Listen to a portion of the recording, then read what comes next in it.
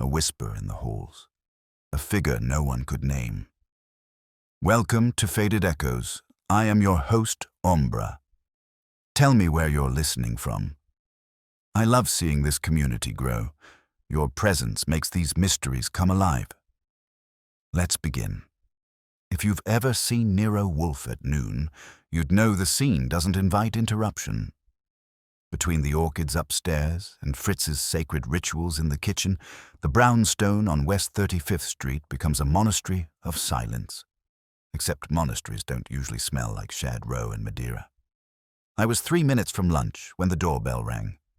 Normally, I'd let it buzz until the wiring burned out, but the tone of the ring had that peculiar insistence you get from someone who doesn't know, or doesn't care, what kind of man lives here. I opened the door. The man standing there wasn't a stranger to money. He had the kind of composure that came from knowing other people clean up his messes. Late 30s, grey suit too crisp for comfort, hair slicked down like a plan. His eyes flicked past me into the hall as if he expected to see someone taller, fatter, and a whole lot more dangerous. "Mr. Wolfe?" he asked. "Sorry," I said. "I'm the one who answers the door. If you're selling religion, we're stocked. If it's politics, he's allergic. If it's business, you're 2 minutes early for indigestion." The man's lips tightened. "My name is Howard Cray. I was told Mr. Wolfe occasionally. Consults." "He occasionally does a lot of things," I said. "But right now he's about to consult a lamb chop. You can wait or come back after dessert." He stepped past me without waiting for an invitation. That's when I decided I didn't like him. Upstairs, I could hear the faint rustle of the orchid's caretaker, Wolfe himself, tending to his plants before lunch. I considered whether to shout up or let Cray stew in the office for 20 minutes, but he was already looking around like a cat in a museum. The brownstone doesn't like strangers. Neither does Wolfe. When the elevator finally hummed, I knew Wolfe had decided to descend. He entered, monumental and unhurried, in his yellow shirt and brown silk house jacket, the very picture of a man who had never rushed for anything less than an empire collapsing. "Mr. Cray," Wolfe said, lowering himself into the red leather chair behind his desk. "You've chosen an inconvenient hour. State your purpose succinctly or postpone it until 2 o'clock. Cray swallowed. "It's about Parkview Manor. You may have heard of it." Wolfe frowned. "A residential complex in the East 90s, designed by, Barons, I believe." "That's right. My company owns it." "Congratulations," Wolfe murmured. Cray leaned forward. "Someone is haunting it." I waited for a laugh. None came. "Haunting," Wolfe said flatly. "Yes," Cray said. "Not in the supernatural sense, Mr. Wolfe. Phantom. Someone entering restricted areas, leaving notes, rearranging furniture, stealing nothing, but frightening tenants enough that 2 have already left. I've had private guards, locksmiths, even police surveillance. No result. Whoever it is moves invisibly, leaves no prints, no trace. I need it stopped before word spreads." Wolfe's eyelids lowered a fraction. "A trespasser of cunning habits," he said. "You came to me instead of the police because?" Cray hesitated. "Because the pattern suggests intention. Each incident occurs in a particular wing, connected to a set of investors. One of them is my partner. Another is my wife's brother." "Ah." Wolfe's fingers interlaced. "And you suspect a ghost of the living kind?" Cray exhaled. "Yes. Someone wants to unsettle me, or the building, before a sale." Wolfe closed his eyes. "Pfui. Mr. Goodwin." "Sir." "Obtain the relevant details, addresses, names, incidents, then eject Mr. Cray. He will return at 2 with an orderly statement and a check for $1,000. Cray blinked. 1,000. For my inconvenience. If you wish competence, it must be purchased. He started to object, thought better of it, and scribbled a note. "You'll have it," he said stiffly. When the door closed behind him, Wolfe sighed. A phantom, Archie, he said, an incorporeal annoyance, but one that disturbs the balance of profit and pride. That combination, as you know, often proves fertile. Meaning? Meaning we shall see whether this phantom is a man or a mirror. He reached for the bell to summon Fritz. Lunch, he said, and afterward, the haunting begins. Would you like me to continue with Section 2? The brownstone disturbed, where Cray returns and the first true disruption reaches Wolfe's world? At 2 o'clock sharp, the brownstone's front bell gave its second performance of the day. Fritz was polishing the silver, and Wolfe was in his chair, eyes half closed, looking as if he were meditating on the moral failures of the human species. I opened the door to find Howard Cray holding a brown envelope like it was a snake he didn't trust. He didn't waste time on small talk. "I've brought what you asked for," he said. "Good," I said, stepping aside. "Wolfe will be touched by your punctuality. He considers it one of the last surviving virtues." He followed me into the office. Wolfe hadn't moved except to adjust the position of his glass of beer by about 2 inches. He nodded at Cray once, which, in Wolfe's world, was practically an embrace. Cray sat and placed the envelope on the desk. Here are the details. Dates, notes left behind, witness statements from the tenants. I also included the blueprints for the Parkview Manor East Wing. Wolfe reached forward, slowly like a general accepting surrender, and drew the envelope toward him. He didn't open it immediately. "Mr. Cray," he said, "explain the precise nature of the first intrusion." Cray's jaw tightened. "It started 6 weeks ago. A tenant on the 7th floor, Mrs. Clymer, found her living room rearranged overnight. Lamps switched, books moved, a chair turned to face the window. Nothing taken. The locks were untouched. 2 nights later, another tenant reported the same thing. A letter was found on her piano, unsigned, saying only, 'The walls remember.'" Wolfe's eyes opened. Curious phrasing. "It went on," Cray continued. "Always in that same wing. 7 incidents in total. The same kind of pattern. No theft, just disturbance. My wife, Margaret, thinks it's her brother, Stephen Parkhurst, playing some absurd game. He's been uncooperative about our business matters." "Meaning?" I said. "He wants you broke or bored enough to sell." Cray gave a small nod. He opposed the sale of Parkview to a development group. We've disagreed publicly. He blames me for cutting corners. There's also Helen Darnell, an investor's widow, and my building manager, Rafe Mendel. They all have their grievances. "Ah," Wolfe murmured. "The circle begins to close before it opens. Mr. Goodwin, accompany Mr. Cray to Parkview tomorrow morning.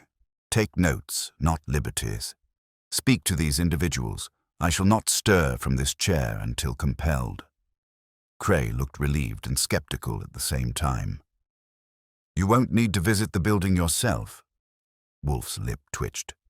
"Sir, if I were to step foot in your manor, your phantom would surely flee out of reverence.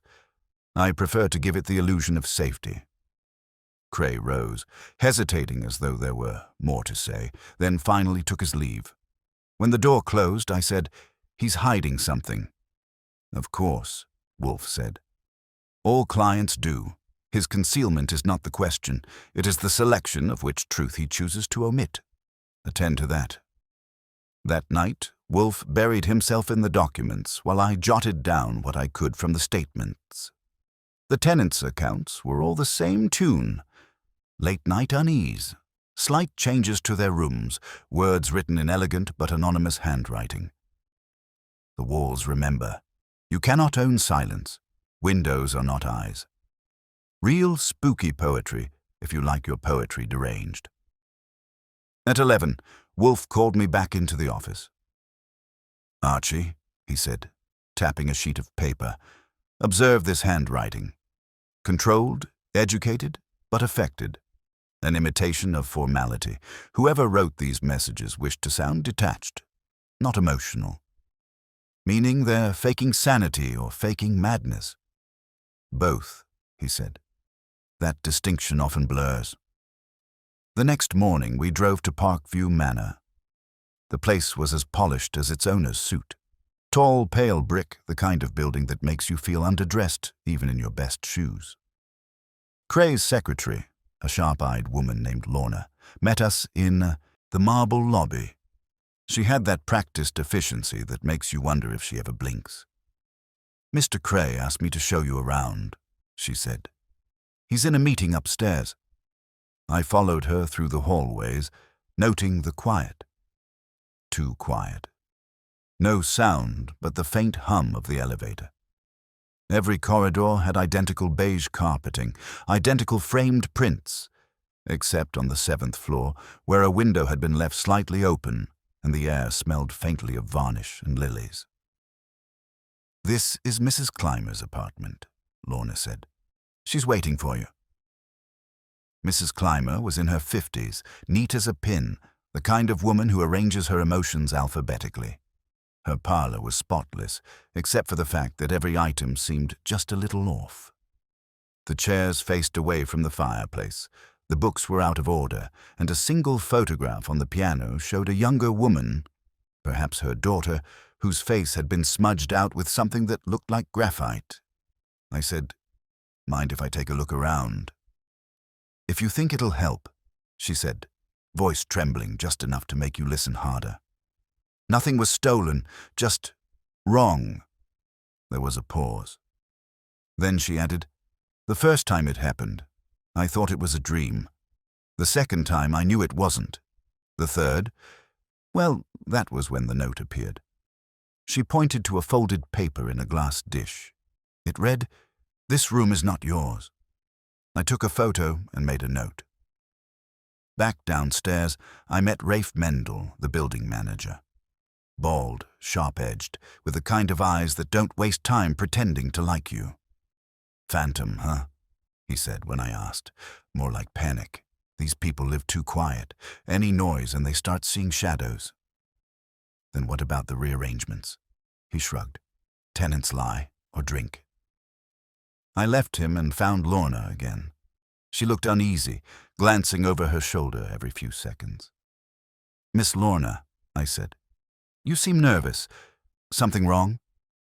"Only that the elevator's been malfunctioning," she said quickly. "It stops on the 7th floor at night, by itself." That got my attention. When I got back to the brownstone, Wolfe was waiting, a plate of cheese and apples beside him, and a look that told me he'd already reached his first conclusion. "Well?" he asked. I handed him the notes. "Nothing stolen, no sign of forced entry, everyone uneasy, and an elevator with a mind of its own." "Elevators," Wolfe said, "do not think, but men do, and they use such machinery to mask their presence." He studied me a moment longer, then said softly, "Archie, our phantom is not content with disturbance. He is rehearsing." "Rehearsing for what?"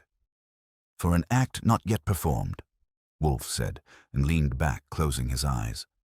"But when he plays it, the audience will not applaud." Wolfe didn't move for nearly a full minute after delivering that little prophecy. He just sat there, fingertips pressed together, eyes half-lidded, as if waiting for the phantom to announce himself with a trumpet. I'd learned long ago not to interrupt when he looked like that. The man could stare holes through oak when he was thinking, and more than once I'd been tempted to hold a mirror up to see what reflected back. Finally, he spoke. "Archie, there is a pattern hidden beneath the triviality, the rearrangements, the notes, the timing, all trivial to the eye, but not to the mind that sets them in motion. What is sought is not theft, but influence." "Influence?" I said. "You mean like a psychological operation?" He frowned slightly. "Do not cheapen it with jargon. Someone seeks to alter perceptions, Mr. Cray's, perhaps his wife's, perhaps the investor's. The instrument is fear, administered incrementally." That sounded fine in theory, but it didn't give me a suspect I could shake by the collar. "Then tomorrow I'll pay another visit to Parkview," I said. "Start digging for who's nervous enough to rattle dishes at night." Tomorrow, Wolfe said, you will invite Miss Lorna Eames here. She is withholding something vital.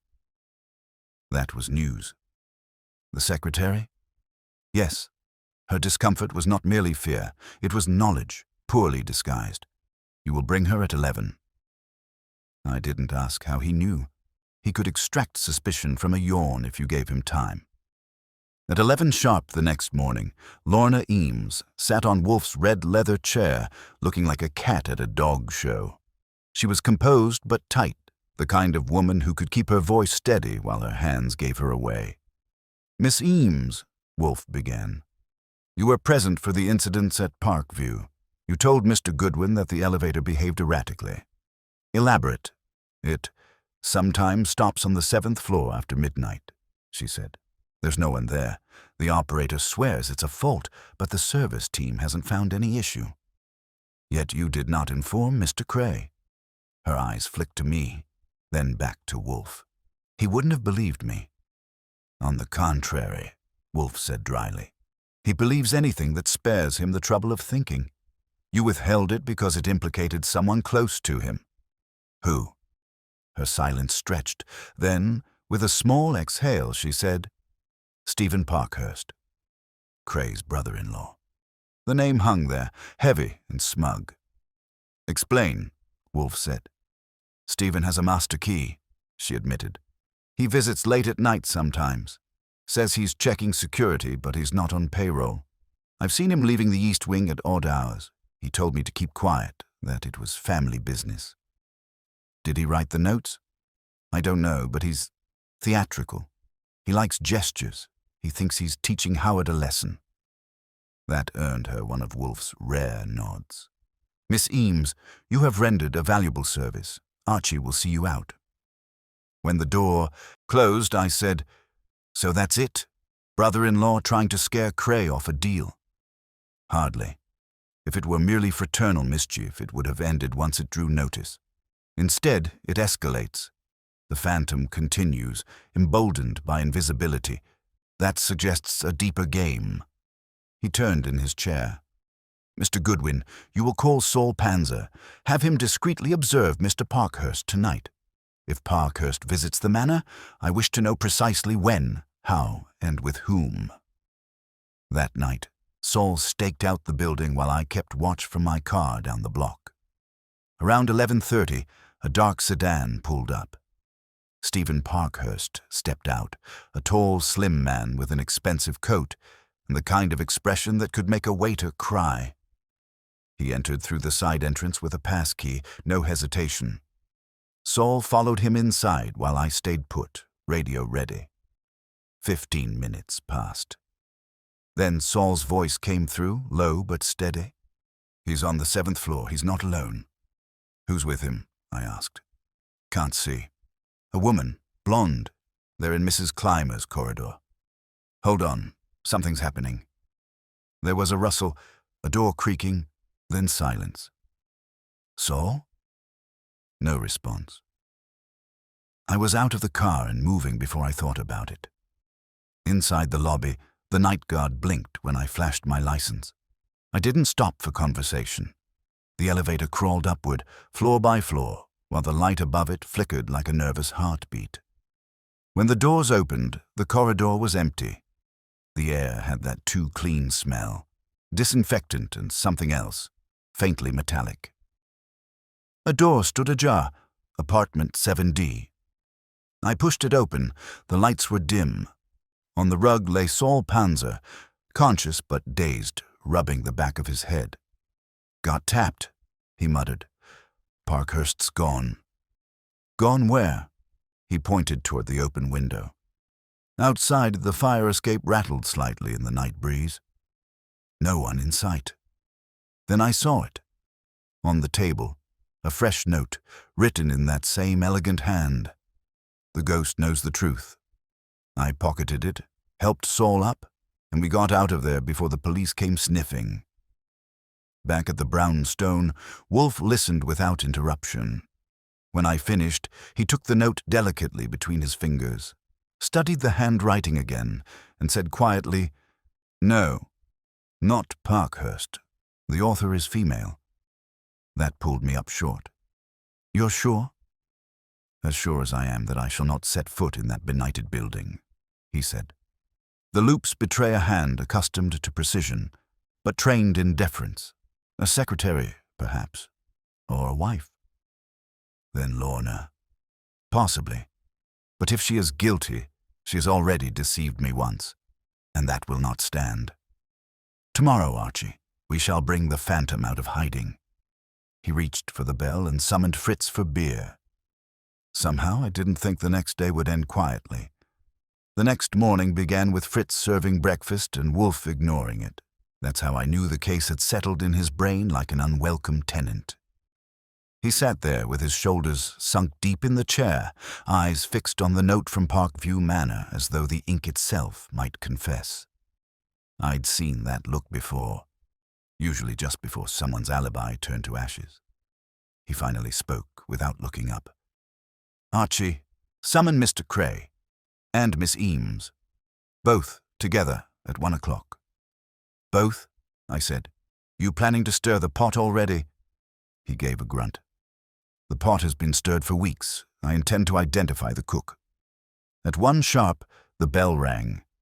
Cray entered first, crisp and impatient, trailed by Lorna Eames, whose composure had gone from professional to porcelain. I ushered them into the office, where Wolfe sat behind his desk with the note placed neatly in front of him. Mr. Cray, Wolfe began, his voice as dry as a dictionary. Your phantom continues his diversions. Last night he assaulted one of my men. Cray's eyes widened. You mean someone was hurt? Merely inconvenienced. But the trespass grows bolder. Whoever orchestrates this little drama intends a climax. Lorna sat stiffly, eyes flicking between the two men. Wolfe's gaze settled on her. Miss Eames, you have been less than forthright. I will ask only once more. Did you or did you not write these notes? She went pale. No, I swear I didn't. Cray cut in sharply. What are you implying, Mr. Wolfe? That my secretary is the phantom? I imply nothing, Wolfe said. I deduce. And I observe that Miss Eames has lied to us once already, though not out of malice. She said she feared you would not believe her about the elevator. That was untrue. She feared the consequences of speaking because her loyalty was not entirely to you. Lorna's breath caught. That's not fair, she said softly. I didn't. Enough, Wolfe said. Miss Eames, you will tell Mr. Goodwin the nature of your relationship with Mr. Parkhurst.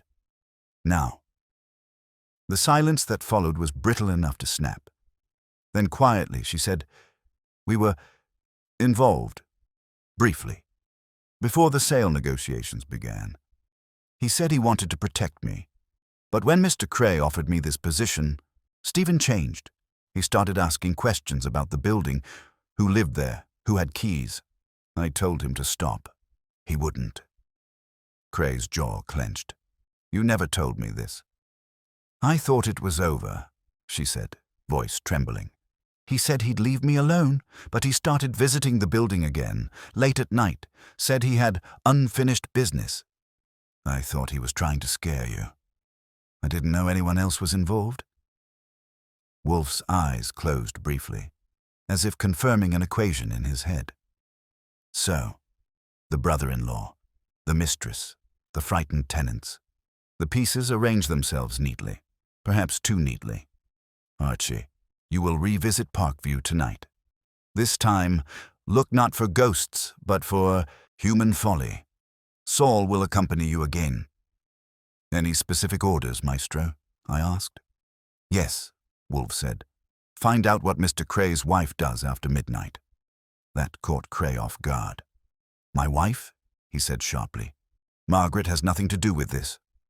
Wolfe's gaze turned on him, cool and heavy. Every man says that until she does. Cray left in a storm of protest, dragging a shaken Lorna behind him. When the door closed, Wolfe reached for his beer. Archie, you may find this phantom wears a ring. That evening, Saul and I were back at Parkview. We staked out the alley near the service entrance, where the deliveries came in and gossip went out.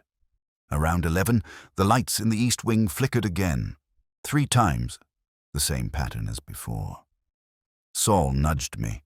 "Someone's in there." We moved quiet. The lobby was empty except for the night guard half asleep with the radio murmuring baseball scores. The elevator was still, doors open, as though waiting for company. I pressed 7.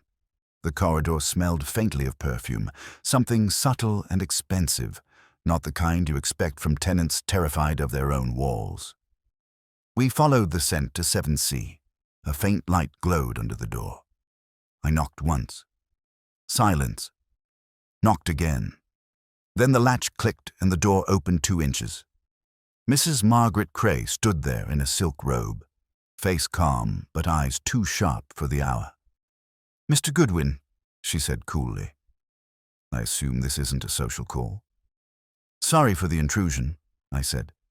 "But your husband's a worried man, and I make it a habit to check whether his worries have legs."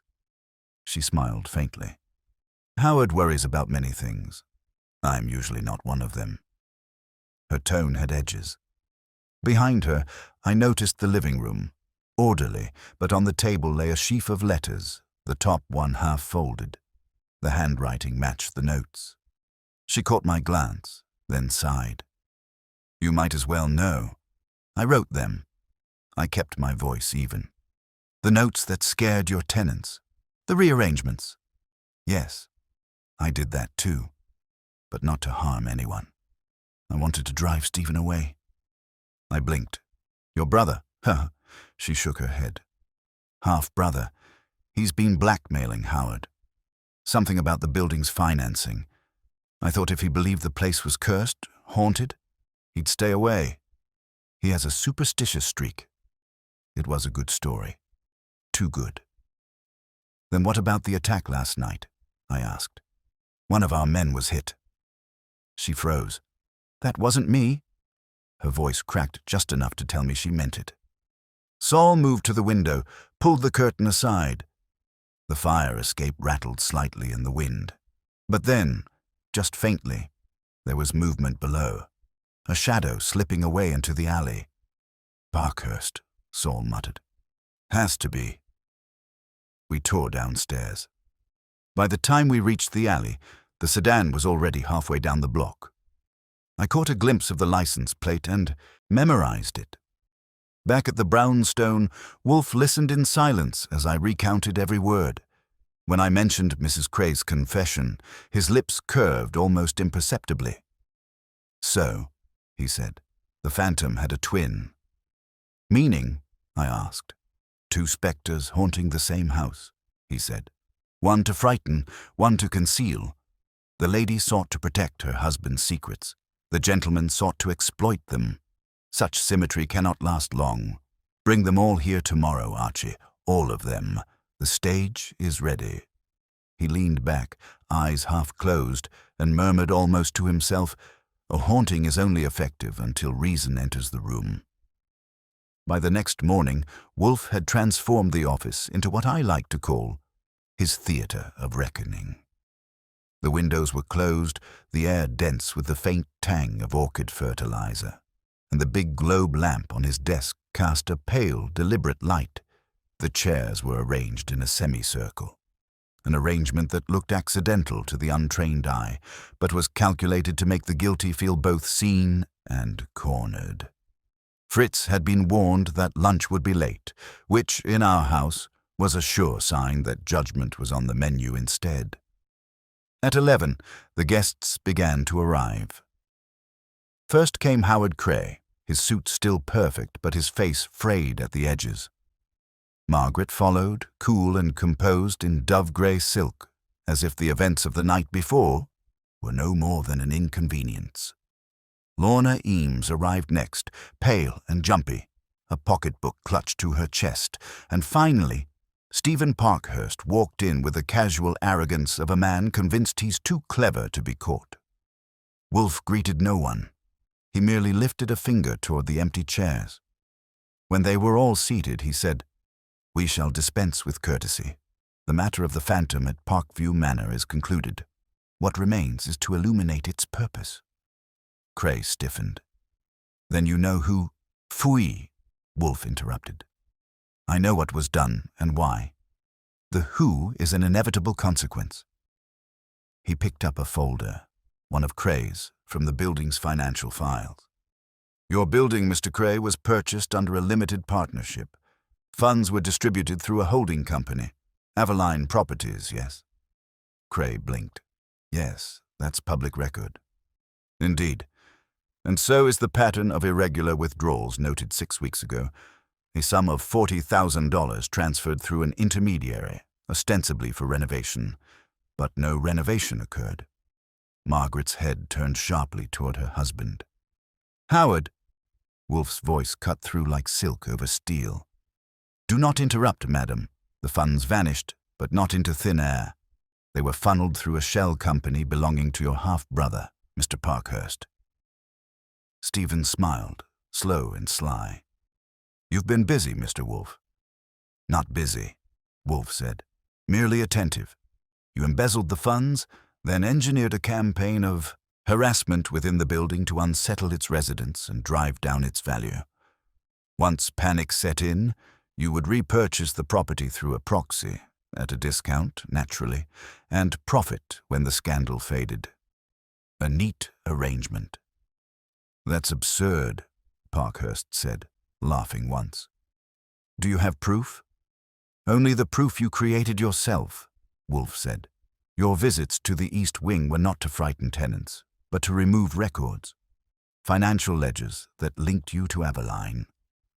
Unfortunately for you, your sister was also haunting the same halls, for a different reason entirely." Margaret's composure fractured. "I told you," she said quietly. "I only wanted to keep you away." "I didn't know what you were doing." Parkhurst turned on her, eyes blazing. "And now you've handed me to him on a platter." "Silence," Wolfe commanded, and somehow the room obeyed. "You, madam, with your notes and rearrangements, played at haunting to protect your husband's reputation. You succeeded in confusing everyone, including me, for a time. But your interference also provoked your brother into haste.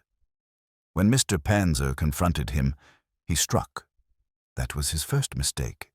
His second was returning last night to retrieve something he had hidden, a ledger page he feared might betray him. I reached into my coat pocket and placed the folded sheet on Wolfe's desk. "Found in the ashtray of Mrs. Clymer's apartment," I said, "with Parkhurst's fingerprints on it." Wolfe nodded once. "Precisely. The phantom, Mr. Parkhurst, was never a ghost but a parasite, feeding on the very fear he created. Mr. Goodwin, call Inspector Kramer. He will find the necessary corroboration in the bank records." Parkhurst started to rise, then froze as Saul Panzer, standing quietly near the door, shifted his weight just enough to remind him that escape wasn't on the menu. Cray sat motionless, staring at nothing. Margaret's hand trembled slightly in her lap. Lorna looked as if she might faint. Wolfe, meanwhile, looked bored, which in his case meant satisfied. When Kramer's men arrived to collect Parkhurst, Wolfe leaned back, exhaled, and reached for his beer. "You see, Archie," he said after a moment, "a haunting is merely the residue of guilt, too tangible to ignore, too shapeless to confront. Once defined, it vanishes." I said, "Sure, but in this case it left a trail of bank ledgers and bruised skulls. That's some residue." He made a sound that might have been a laugh, if you stretched it. "Human folly leaves marks far deeper than crime. One can forgive theft, Archie, but deceit, especially within families, is a contamination. It lingers." Fritz appeared with a tray. Wolfe nodded approvingly at the sight of roast duck and brown sauce. The case was over, order restored. As Wolfe reached for his fork, he said, "The morale, Archie, is simple. Ghosts exist only where reason is unwelcome. Fortunately for us, reason still pays well." I grinned, "And so does haunting." He ignored that, as usual, and began to eat. The brownstone was quiet again. No phantoms, no intruders. Just Wolfe, his dinner, and the faint sound of Fritz humming from the kitchen. And for once, I didn't mind the silence. The silence after Parkhurst was taken out wasn't the kind that settles. It lingered, heavy and unfinished. Wolfe didn't speak, not right away. He sat there, head bowed slightly, fingers steepled, his expression one I'd learned to recognize. That faint, dangerous calm that meant he wasn't done.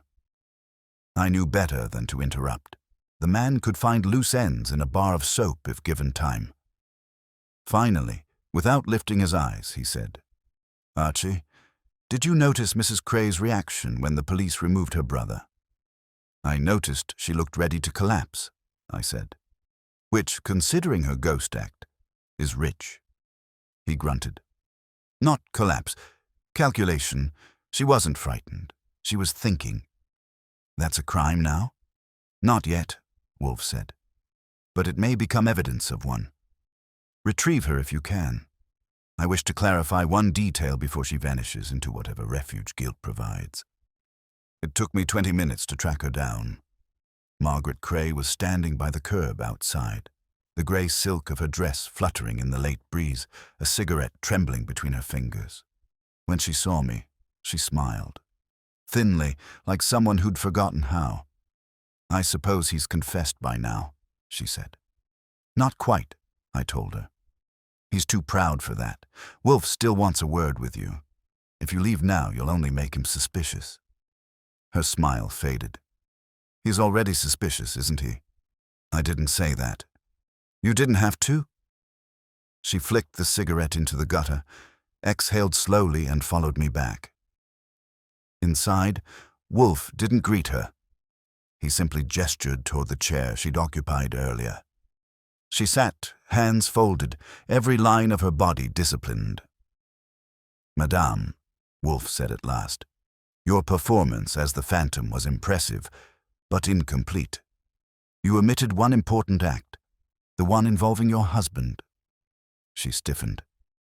"I don't understand." "Mr. Cray," Wolfe said evenly, "is not as clever as he believes. The irregularities in his accounts were not solely the work of your brother. Howard Cray had been diverting funds long before Stephen joined his scheme. What your brother stole, he stole from your husband's theft." Her lips parted, then closed again. "That's ridiculous." "No," Wolfe said, "that's arithmetic. Mr. Cray's balance sheets reveal falsifications going back months earlier. When Stephen discovered them, he saw opportunity, a mutual benefit, until greed fractured the partnership. You, madam, discovered both men's deceit, and your little haunting was a desperate attempt to frighten Stephen away before he exposed Howard. The trouble with deceit, as always, is that it multiplies faster than reason." Margaret's composure cracked like thin glass. "You can't prove that." "Fui," Wolfe said softly. "I require no proof, merely deduction. When your husband sat here, he made no inquiry about the missing funds, no defense, no denial. He was too relieved that I had named his brother-in-law. Innocent men defend themselves instinctively. Guilty ones thank you for misdirection." Her breath hitched once, then steadied. "If what you say is true, then my husband deserves whatever comes. I tried to stop it before it went too far." "I believe you," Wolfe said, which in his language meant she'd earned a reprieve, not forgiveness. "You will inform Inspector Kramer of the complete arrangement. I suspect your cooperation will spare you a more public humiliation." She rose slowly, her face drained but defiant. "You're a cruel man, Mr. Wolfe." He tilted his head. "Madame, truth is often cruel. It is also curative." When she left, I exhaled. So now both Cray and Parkhurst go down. That's a 2-for-1 special. "Justice often comes wholesale," Wolfe said, though I prefer it bespoke. "Then that's it? Curtain down?" He leaned back, eyes half closed. "Not yet. There remains the question of who first alerted me. Mr. Cray came here under duress, not impulse. Someone steered him to my door. I frowned. Lorna Eames? He nodded slightly. Precisely. The secretary. She feared exposure, but also sought control. Her loyalty was divided between guilt and opportunity. Summon her, Archie. We must tidy the last corner. By dusk, Lorna was back in the office, small and tense as a bird on a wire. Wolfe wasted no time. Miss Eames, I must congratulate you. Your management of 2 liars and a thief was almost artistic. She blinked. I don't know what you mean. Of course you do, Wolfe said. You arranged Mr. Cray's appointment here, not from concern but calculation. You knew his dealings were crooked and that exposure would collapse your position. By involving me, you sought to shift the burden, force one of them to fall before the other could drag you down. Efficient, if amoral. Her voice trembled. I only wanted to stop it. You succeeded, Wolfe said, though not as you intended. You are, however, absolved by circumstance. Both principles will occupy the state's attention for some time. She started to cry quietly, not dramatically, just a slow collapse of restraint. Wolfe watched her a moment, then pressed the bell for Fritz. A glass of brandy for Miss Eames, he said, and when she is finished, Mr. Goodwin will see her out. When she was gone, I turned to him. You know, for a guy who hates emotion, you sure attract a lot of it. He sighed, the sound of a man weary of humanity. Emotion is the yeast of folly, Archie. It makes the dull rise into calamity. Without it, I should be unemployed. I grinned. And unfed. He allowed one eye to open. You are impertinent, but not inaccurate. Dinner? Gladly. As Fritz announced squab and wild rice from the kitchen, Wolfe lifted his beer and said, Let the record show, Archie, that the brownstone has been properly exercised. No ghosts remain. Not even financial ones, I asked. He allowed himself the faintest smirk. Those, my dear Archie, are immortal. And with that, he turned his full attention to his plate, while I sat back, thinking about Parkview Manor, about greed dressed as fear, and about how even ghosts, in Wolfe's world, were just another form of bookkeeping. Dinner passed quietly enough, which in our house meant Wolfe ate like a monarch, and I like a man who'd earned his meal. The clink of silver against china was the only sound for several minutes, until he leaned back, dabbed his mouth with his napkin, and said in that tone that always meant the game wasn't quite over. Archie, he said, you have overlooked one detail. Only one? That's improvement.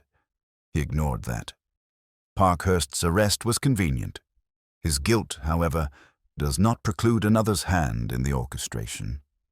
Circumstances seldom align so neatly without assistance. You think someone else was steering the ship?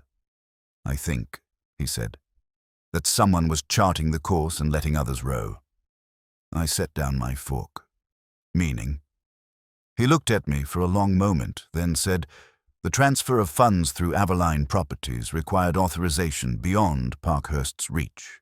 He lacked the position, and Cray lacked the subtlety. Both were tools. The craftsman remains at large. I frowned. And who's left? Lorna Eames. She was terrified enough to cry in your office. She cried because she had been discovered, Wolfe said, not because she regretted it. Miss Eames had access to every transaction, every password, every key. And unlike the Crays, she had no family to protect, only herself to enrich. I whistled softly. So the secretary wasn't just covering for her boss, she was double-crossing both sides. Precisely, Wolfe said. She guided Parkhurst toward Cray's embezzlement, ensuring the inevitable confrontation would destroy them both. Then she arranged for the disturbances at Parkview to intensify just enough to demand outside help. She wanted me to clean her mess, to remove her accomplices without soiling her hands. I leaned back. Then what's her endgame? He took a sip of beer. Control. With both men disgraced, she inherits the business by proxy, through silence, knowledge, and what she has doubtless hidden away. Power, Archie, is never about possession. It is about leverage. That was Wolfe's sermon of the night, but I wasn't sold yet. You sure? She looked like a woman one tremor away from collapse. He smiled faintly. Actors, Archie, are often best at pretending. Ignorance. It is their only defense. It was near midnight when the phone rang. I picked it up. A man's voice, heavy and official. "This is Inspector Kramer. We've got a problem." I glanced at Wolfe. "For you," I said and handed him the receiver. Kramer's voice barked even through the earpiece. Wolfe listened, made a sound that might have been agreement, then said only, "Send her here." He hung up and looked at me. "Miss Eames has requested police protection. She claims her life is in danger." "From who?" "She didn't specify. She will arrive within the hour." When she did, she looked worse than before, eyes wide, face drained, hands trembling around a small clutch purse. Wolfe didn't offer sympathy, just the usual verbal scalpel. "Miss Eames, I assume the danger stems from something you know, rather than something you imagined." She sank into the chair. "Someone followed me from the station. I think it was one of Parkhurst's men. He knows I talked to you." "Did you?" Wolfe asked mildly. Her eyes darted. "I told Inspector Kramer everything. About the funds, about Stephen. I thought it was over." "Ah," Wolfe murmured. "You thought confession would dissolve guilt. A common misconception. Unfortunately, men like Parkhurst seldom act alone. Whose name did you omit?" She froze. "I didn't omit." "Pooey." He leaned forward, his bulk shifting like a mountain thinking of moving. "You did. The truth is evident in your eyes and in the tremor of your hand. You fear exposure more than harm. Therefore, your pursuer is not vengeance. It is consequence." I watched her crumble, the last bit of poise sliding away. "It wasn't supposed to go that far," she said finally. "I was supposed to get the money out quietly. Just the transfers, nothing else. But Stephen, he wanted more. He said we'd sell the building to a developer overseas and split the profit. When Craig got suspicious, Stephen panicked. That's when I started the disturbances. To scare everyone. To stall." Wolfe nodded slowly. "And when I was called, you believed your problem would vanish in police reports and prosecutions." She nodded weakly. "I never meant for anyone to get hurt." "Intent," Wolfe said, "is the least valuable currency in human affairs." I was about to say something when the faintest sound came from the hall, like a step, quick and uncertain. Fritz was upstairs. Kramer hadn't arrived yet, and Wolfe gave me a look that said, "Check it, but quietly." I crossed the foyer, gun ready, and eased open the front door. A man stood on the stoop, hand half raised to the bell. His hat shadowed most of his face, but I saw enough to make my stomach tighten. It was the night guard from Parkview Manor. Before I could speak, he said hoarsely, "Tell Mr. Wolfe, she's lying." Then he staggered forward. I caught him before he hit the floor. Blood stained his sleeve. Wolfe's voice came, sharp, from the office. "Bring him here, Archie." "Now." I half dragged, half carried the man to the red chair. He tried to sit upright but failed. "Miss Eames," he rasped, "you said it was done, that they'd never find out." Her face went white. I don't know him." "Yes, you do," Wolfe said softly. "He was your courier, the man who moved the cash." The guard gave a wet cough, barely a whisper. "She kept it all. Lied to everyone." Then he slumped, his breath rattling out once, twice, and stopped. Lorna shrieked. Wolfe didn't flinch. He simply pressed the buzzer for Fritz. "Call Inspector Kramer," he said, "and the coroner. Inform them that Miss Eames's ghost has just made his final appearance." He turned to her, his tone almost gentle. "You see, Miss Eames, even ghosts demand payment eventually." She broke then, sobbing into her hands. while Wolfe sat motionless, the very picture of melancholy logic. I stood there watching her, the whole twisted web unraveling in front of us, and realized the haunting of Parkview Manor wasn't about walls that remembered. It was about people who refused to forget. Wolfe sighed, more weary than triumphant. "Archie," he said, "when Kramer arrives, tell him the phantom has been laid to rest. Permanently." I nodded, though the air in the room still felt haunted. Not by spirits, by the echoes of human greed, clinging like dust that no broom can ever quite remove. Kramer arrived 20 minutes later, his entrance announced by the sound of the front door hitting the stopper like it owed him money. He came into the office with 2 men and a look that could peel wallpaper. Wolfe, as usual, didn't stand. He simply regarded the scene as though it were an inconvenient aftertaste. The body of the night guard had been moved to one side, covered neatly with a throw from the couch. Lorna Eames sat in the far chair, eyes red but dry now, clutching a handkerchief like a flag of surrender. Kramer took one look, growled low in his throat, and said, "You couldn't keep this one tidy, could you, Wolfe?" Wolfe lifted an eyebrow. "On the contrary, Inspector, it is tidy now. Before his death, our visitor rendered a most useful service. He corrected the final misconception." Kramer snorted. "You mean he died?" "That too," Wolfe said evenly. "But not before identifying Miss Eames as the architect of the fraud. I presume his wound confirms our conclusion." Kramer gestured to his men, who bent to check the body. One nodded. "Gunshot, close range. Small caliber." "Indeed," Wolfe murmured. "Miss Eames, where is the pistol?" She swallowed hard. I don't have one." "Of course not," Wolfe said, "because you used his." That got Kramer's attention. "Hold on," he said. "You're saying she shot him with his own gun?" "Not quite," Wolfe said. "She convinced him to confront me under the pretense of clearing her name. She armed him, sent him here to deflect suspicion, and intended to silence him afterward. Unfortunately, she underestimated his loyalty or his courage." Kramer scowled. "And how do you know all that?" "Because," Wolfe said, "the man addressed her before dying. His first words were not accusation, but betrayal. He said she told him it was done, that no one would find out. That implies complicity, not conspiracy. She employed him long enough to transport money, then tried to discard him when he became a liability. His appearance tonight was an act of conscience, a fatal one." Lorna's face crumpled, and when she spoke it was barely more than a whisper. "He wasn't supposed to die. I told him to come here, yes, but only to warn you that Parkhurst still had friends. I didn't shoot him." Wolfe closed his eyes briefly, as though weary of human variation. "Miss Eames, your purse, please." She hesitated, then set it on the desk. I opened it at Wolfe's nod.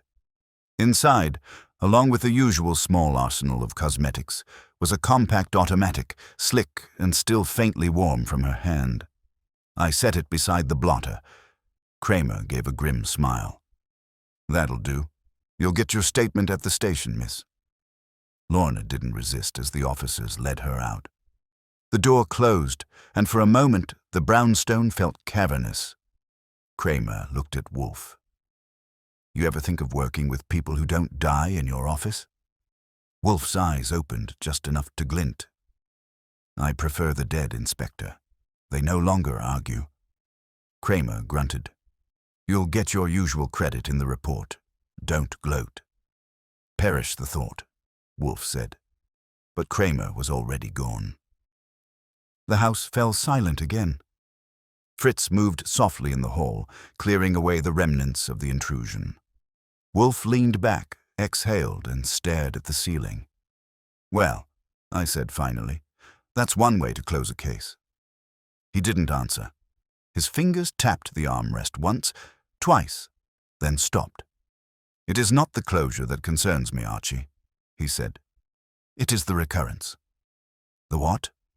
The inevitability, he said quietly.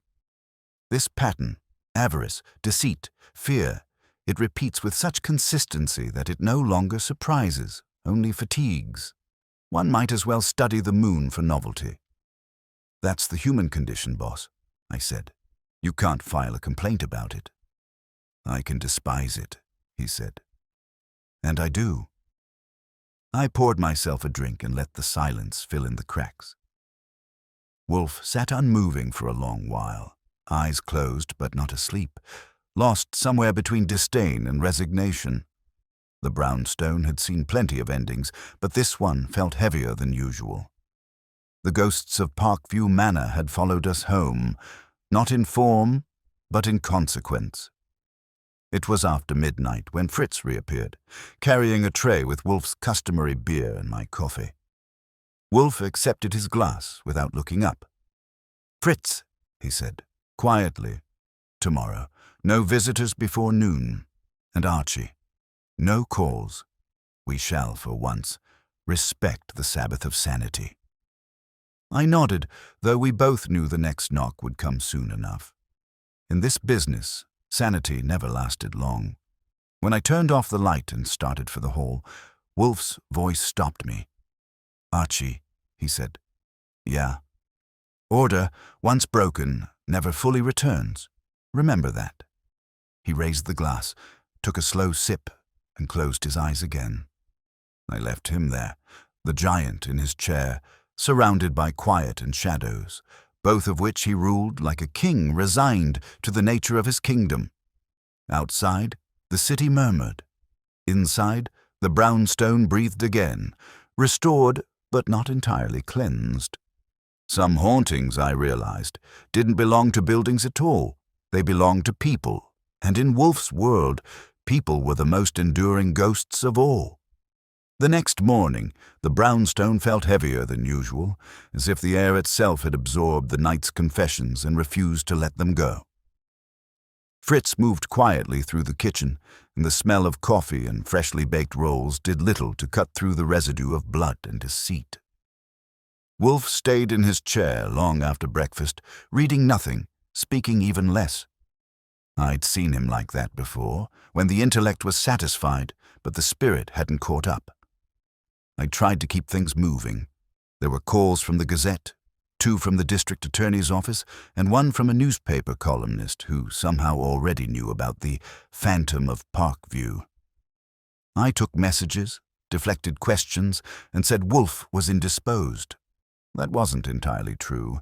He was just disgusted. Around noon he finally spoke. "Archie, there is something to be learned from this affair, though it is neither flattering nor novel." "Don't tell me. It's about human nature again." "Always," he said dryly. "Every crime, from the basest theft to the grandest treachery, stems from the same failing, the delusion that deceit is a form of control. Miss Eames, Parkhurst, the Crays, they all sought mastery over chaos, and in doing so, they fed it." "Sure," I said, "but at least they gave us a full week's work." He shot me a look that would have made a lesser man apologize. "Work, yes. Satisfaction, no. I find little pleasure in puzzles that solve themselves through moral decay." "Then maybe next time we should try one where everyone's innocent," I said. "Could be a refreshing change." He grunted, his version of a laugh, and reached for his beer. "Innocence is not profitable, Archie. Nor is it interesting. It is merely absence, the blank page before the stain." The bell rang then, sharp and unexpected. Wolfe frowned but didn't move. I went to the door. Standing there was a uniformed messenger, holding a small brown envelope. "Delivery for Mr. Wolfe," he said. No return address. I signed for it and brought it in. Wolfe took it, weighed it in his hand, then slit it open with his letter knife. Inside was a folded sheet of plain paper. He opened it, scanned the contents once, and his brows lifted. Not much, but enough to tell me it wasn't junk mail. "Well?" I asked. He handed it to me. The message was typed in block letters. The phantom is not finished. The walls still remember. I stared at it. Cute. Maybe someone's got a sense of humor. Or unfinished business, Wolfe murmured. Parkhurst is in custody. Lorna's booked. Cray's a public disgrace. Who's left? An imitator, perhaps. Or a message from one who profited unseen. He leaned back, eyes narrowing. Do you recall the original tenant whose room was first disturbed, Mrs. Clymer? Sure, the lady with the rearranged furniture and the artistic handwriting on her piano. Yes, I've been considering her role. She was the initial victim, yet remained curiously cooperative. She never sought compensation, nor even left the building, though others fled. That is uncommon behavior for the genuinely frightened. You think she was part of it? I think, he said slowly, that she was the one who began it.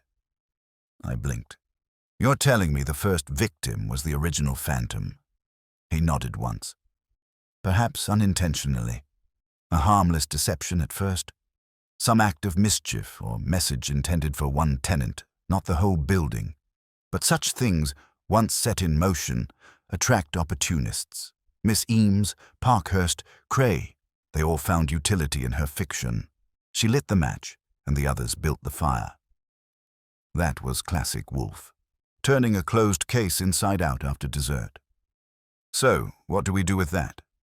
Nothing, he said simply. The letter will go to Inspector Kramer. Mrs. Clymer may yet reveal her purpose under inquiry, but we shall not interfere. The brownstone has been sufficiently profaned for 1 week. I folded the note and slipped it into an envelope for Kramer. So the phantom lives on, just not in the way we thought. Ghosts, Wolfe said, always live on. They thrive on what men leave unresolved. He looked toward the window then, where the faint afternoon light caught the dust motes in lazy spirals. For a long moment he said nothing. Then, with a slow exhale, he added, This city, Archie, has more phantoms than people. We merely exorcise them one at a time. I didn't argue. I just went to the kitchen, poured myself a cup of coffee, and left him to his thoughts. The case was closed, officially. But I had the feeling Wolfe was right. Somewhere in Parkview Manor, a door would creak tonight. Somewhere, a chair would move an inch from its place, and someone would swear they heard footsteps in the empty hall. It wouldn't make the papers this time, but it would be real enough for them. Because as Wolfe said, ghosts don't die. They just change their address. Kramer came by again that evening to collect the letter, grousing the way a man does when he knows he owes you thanks and can't quite say it. Fritz served coffee, black for Kramer, civilized for the rest of us, and Wolfe listened while the inspector confirmed what we already suspected. The typed message had been dropped in a public mailbox on the east side that morning. No fingerprints, no witnesses, and nothing traceable except the paper, which was the sort you can buy at any corner stationery shop. Kramer left muttering something about literary crooks and Wolfe's cursed luck. When the door closed behind him, Wolfe didn't speak for several minutes. The clock ticked. Fritz cleared the tray, and the faint hiss of the radiator filled the space like background accompaniment to thought. At last, he said, Archie, human nature's appetite for repetition is grotesque. Even after confession, punishment, and death, someone wishes to revive the spectacle. You think the new note came from Mrs. Clymer? I said. He nodded faintly. Her behavior remains inconsistent. Fearful victims avoid association with their trauma. They move, they deny, they erase. She, however, stays, engages, and writes. A woman who keeps a photograph with a face obscured by graphite is not escaping the past. She's protecting it. I leaned back. Then maybe she's protecting someone else. Exactly. His eyes half closed. You will visit Parkview tomorrow, not officially. You will call upon Mrs. Clymer under some convenient pretext, perhaps to return a document. Observe her hands. They will tell you what her words conceal. The next morning, Parkview Manor looked different. Maybe it was the light, grey and low, or maybe it was that I now knew how many ghosts the place had produced. The doorman gave me a polite nod, the kind that says he knows who you are and wishes he didn't. Mrs. Clymer greeted me in a silk housecoat, her hair arranged too perfectly for an early hour. Her apartment looked as spotless as before, except for one new detail, a faint scent of varnish, freshly applied. I caught it the moment she opened the door. "Mr. Goodwin," she said with a gracious smile. "Is there some development in the case?" "Not exactly," I said. "Just clearing up loose ends. I thought you might like to know the building's reputation is safe again." She gave a delicate laugh, the kind that belongs in drawing rooms, not police files. "I'm very relieved. It was all so theatrical, wasn't it? Poor Mr. Cray, and that dreadful Miss Eames." Her voice didn't crack anywhere it should have. I followed her into the parlor.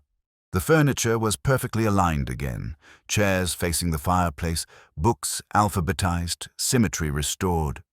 On the piano, the same photograph sat under glass, but this time the graphite had been scrubbed off.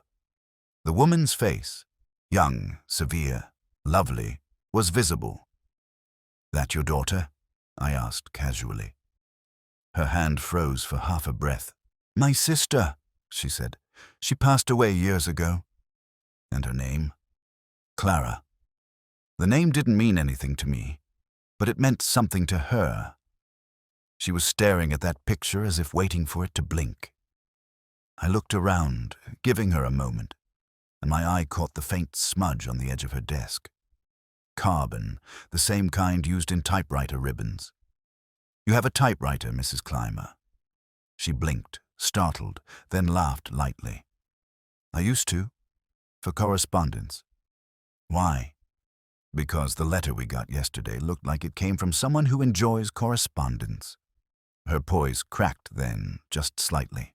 "Mr. Goodwin, you're not suggesting—" "Not yet," I said, "but if you'd like to save us all the trouble of proving it, you could just tell me why you sent it." The silence that followed wasn't long, but it was thick. Then she said softly, "They killed her, you know. Not with bullets, worse. With ambition. She trusted Cray's company, invested everything, and when the money vanished, she didn't survive it. No one was charged. So I moved into Parkview to remind them. Every note, every rearranged room, every whisper. It was mine at first. The phantom was real before they made it useful." That explained a lot, and not enough. "Then why send Wolfe another note now?" Her eyes shone wet but fierce. "Because you solved the wrong haunting. You caught the thieves, yes, but the man who ruined her still walks free. Howard Cray kept enough money to buy a pardon from disgrace. The law took his partner, not his conscience." I whistled softly. "So you want Wolfe to finish what the police started?" She smiled faintly. "Mr. Wolfe believes in reason. I believe in consequence. Between us, perhaps justice will finally arrive." When I got back, Wolfe listened to the whole story without a word. When I finished, he said, "Phooey. Revenge masquerading as virtue is the most tedious of disguises." "She's not bluffing," I said. "She's clever, calm and patient." He sighed. "Then she will succeed for a time. But ghosts, Archie, cannot sustain themselves without believers. Once Cray fades from public interest, her haunting will starve." I poured myself coffee and said, "You could tell Kramer." "I could," Wolfe said, "but I will not. Let the woman have her delusion. It is harmless now." That was that. He picked up his book, signaling the matter was finished. Outside, the October wind brushed the windows, faint but persistent, like fingers tapping for entry. I looked at Wolfe, then at the paper on his desk. The faint indentations of the typed note were still visible under the light. Maybe he was right. Maybe it was over.